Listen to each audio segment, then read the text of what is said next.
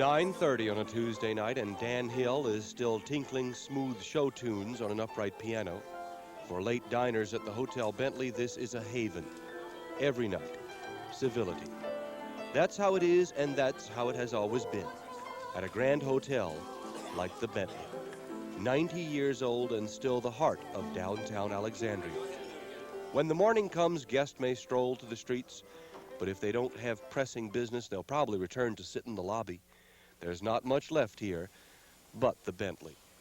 Like every American city, Alexandria's downtown is a shell of its former bustle. The old family shops moved to the mall. The Bentley, thank heavens, is still here. Alvin Mykoff had a downtown shoe store across the street. Now he fits kids' feet. Guess where?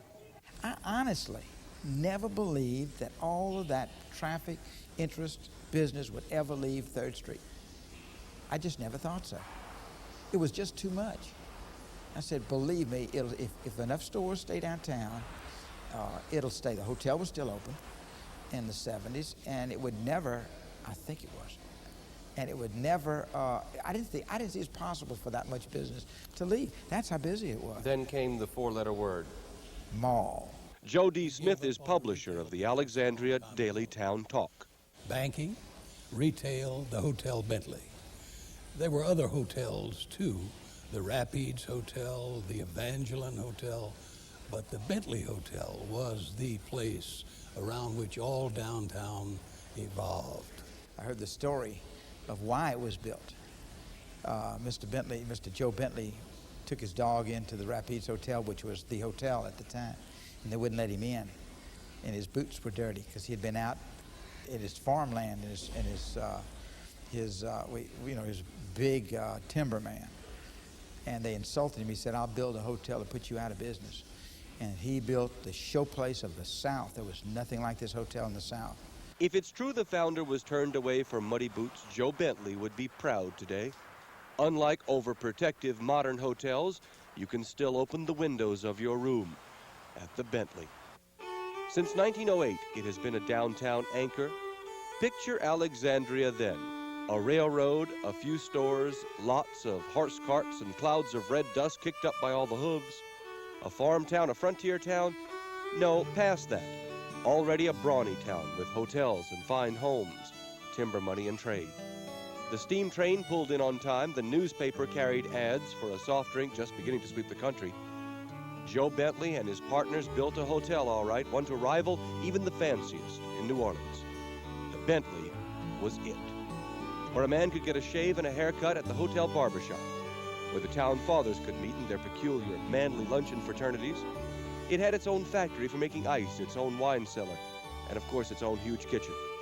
The Bentley had a private printing office to compose menus for patrons who frequented the fancy dining rooms.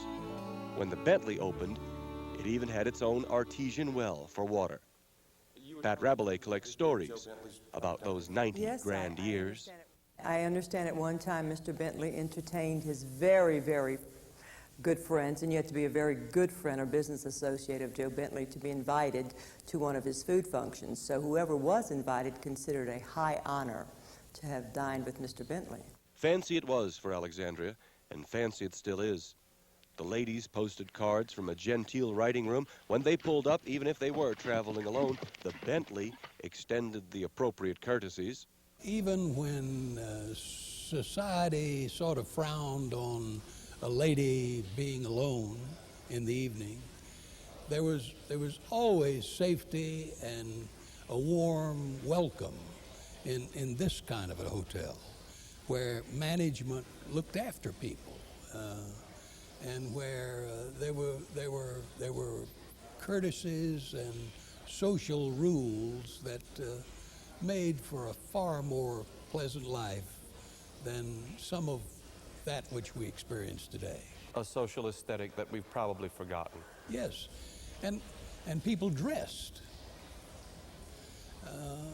because if you were going to be seen in this kind of a surrounding, it seemed to be appropriate to be dressed and attired properly. Just before World War II, central Louisiana became the troop training area for a 9-state region, 500,000 men. Add to that number all the families visiting them.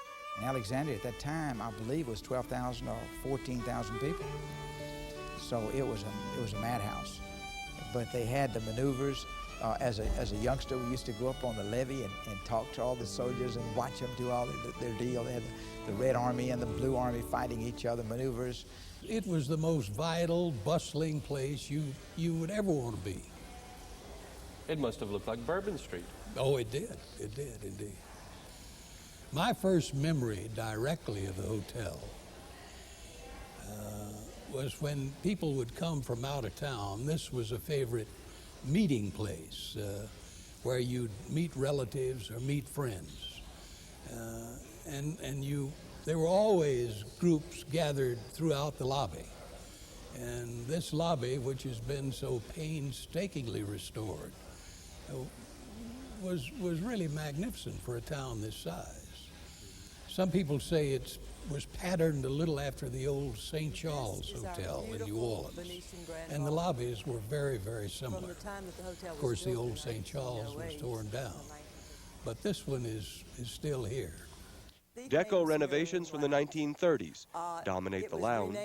Prior to that, it was known as the Rathskeller, and I think that's indicative of the stained glass windows that we have here, which depict native costumes with the gentlemen using their language to say cheers. During the war years, when the Louisiana maneuvers were on, Dr. Humphrey Hardy, who was a local retired doctor, had the occasion to visit with several of the prominent captains and lieutenants, then Eisenhower and Bradley, to name a couple of them. They were never all here at one time, and he tells me that he is almost convinced that a lot of the strategy of World War II was done behind this column on old napkins.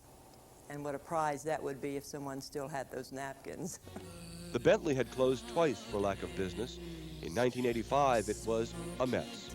Silver had been sold off, marble removed, but most of it is refurbished now, and most of its warmth survives. Every so often, maybe just enough to fan some hope, you come across a Bentley, not only still standing, but still waiting to embrace you in grandeur. Joyce and Pete Scallon still come to the lobby of the Bentley from time to time. During those days, you come to the Hotel Bentley, well, you was flying high. I mean, it was a nice place, and anytime ladies went anywhere, it was hats and gloves. You know, you weren't dressed unless you had a nice hat and wore gloves. Did people act differently? Yes, I think they were a little bit more subdued than today's crowd. When it snowed in Alexandria in 1923, guests woke to a white courthouse lawn. That courthouse across the street was once a lovely sight. What happened to the loveliness, Alexandria? Concrete blocks, someone thought, would be lovelier than a cupola. Salute to the still living Bentley, an oasis of enduring charm in one of too many barren downtowns. They're building a new civic center across the street now. It's sure to help business. And that's good, because the endurance of the Hotel Bentley is a rare reminder that we haven't entirely abandoned our senses.